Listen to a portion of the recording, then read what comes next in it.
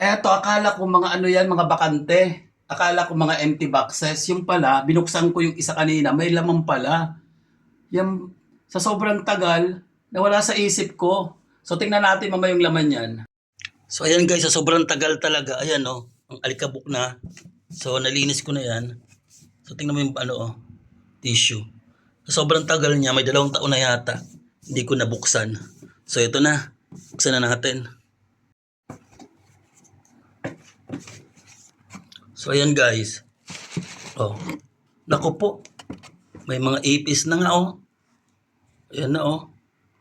Kasi nga nawala to sa isip ko eh. Nawala na to sa isip ko sa na-spray natin.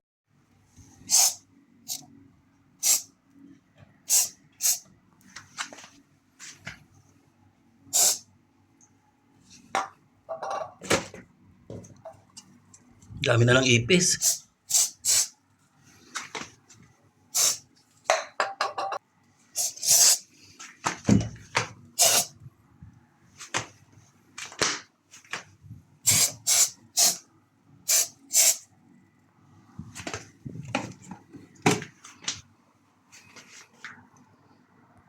So sobrang tagal guys, nakalimutan ko. Mabuti maayos pa yung mga sapatos at paano. Kasi nga hindi naman nagamit pa. Kaya no, puro dumi. So tara, buksan natin yung box. So isang box, nakita nyo naman yung ano, itong New Balance. So eto siya oh. Yan. Bagong-bago pa, di ba? So hindi ko pa nagamit yan. Meron pang ano, ewan ko bang pangalan yan dyan. So hindi ko pa nagamit yan.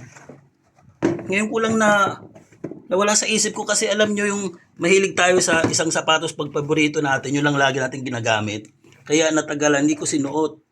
So sabi ko, ayun munang gamitin ko na luma ko. Ngayon, ito naman yung isa. Oh, ito naman ay Under Armour. So, ayan. Yung isa, eto nabuksan ko na to kanina eh. Nagamit ko na pala to. Ngayon, nandun pa kayong medyas eh, naitapon ko lang. Nagamit ko siguro ng isang beses, tapos nilagay ko na sa box. Akala ko mga empty box to, na parang pinagpatungan ko lang. So ayan, Under Armour din yan, no, di ba? Girl na girl. So ayan, ganun na lang. So advice ko lang sa inyo, bisitahin nyo rin minsan yung mga box nyo, or yung mga bagay-bagay nyo na mga nakatago, kasi mamaya may mga laman pala, masasayang lang. Tulad nito, ang tagal na, naipis na. Buti na lang hindi siya na-damage oh.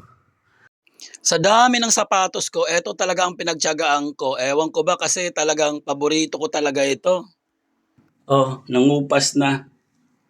Oh, halos wala nang pudpud na dito. Nagkasira-sira na yung mga dito eh. Nike. Yan nga lang, ang ganda kasi sa paa. Alam mo yung napaka-komportable pag naglalakad. So kaya, eto, pinagtsatsagaan ko, dami nang nagtatanong sa akin, bakit ang pangit ng wala ka lang ibang sapatos? Kasi napansin nila, maraming ako sapatos, bakit pa ulit-ulit daw to? Ang ganda kasi. Kayo, relate pa kayo sa ganun din, na alam nyo, kahit pudpud na eh, ginagamit nyo pa rin. Tayo mo pating kulay oh. Alam mo, ginawa ko rito, nilagyan ko na lang ng ano yan, pentel pen, na black. Kasi hanggang ngayon, maayos pa rin naman. Ewan ko ba naman, parang ayaw kong iwanan tong sapatos na to. So, ayan, sino bang relate sa inyo ng ganyan kahit sa mga damit, sapat, sa mga gamit, parang ayaw nating, alam mo, parang ayaw nating iwanan, parang ayaw nating itapon kasi parang nanghihinayang tayo. Or parang, alam mo na, mayroong mga sentimental value. May sentimental talaga. So, ayan lang. Maraming salamat po.